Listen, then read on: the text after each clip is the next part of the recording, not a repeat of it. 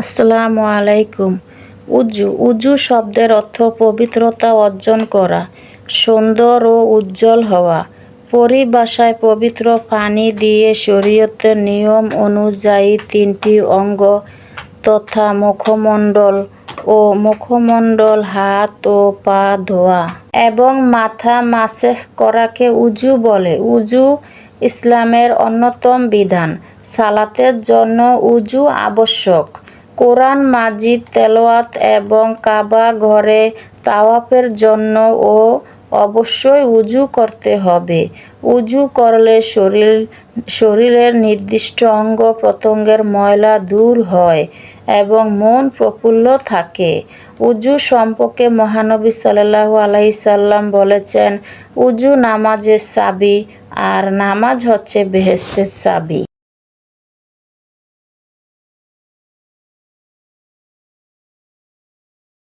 উজুর ফরজ 4।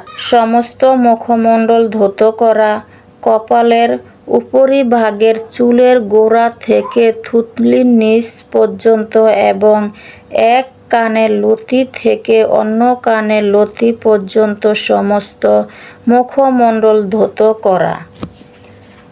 উভয় হাত কনুই সহ ধৌত করা। মাথার 4 ভাগের 1 ভাগ মাসেহ করা। উভয় পা গিরা সহ ধৌত করা।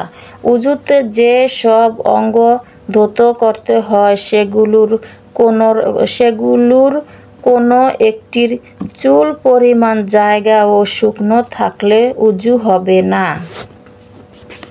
উজু করার নিয়ম।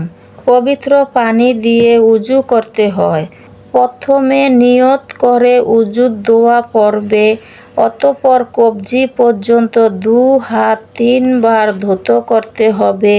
তারপর 3 বার কুলি করতে হবে। এরপর 3 বার নাকে পানি দিয়ে নাক পরিষ্কার করতে হবে।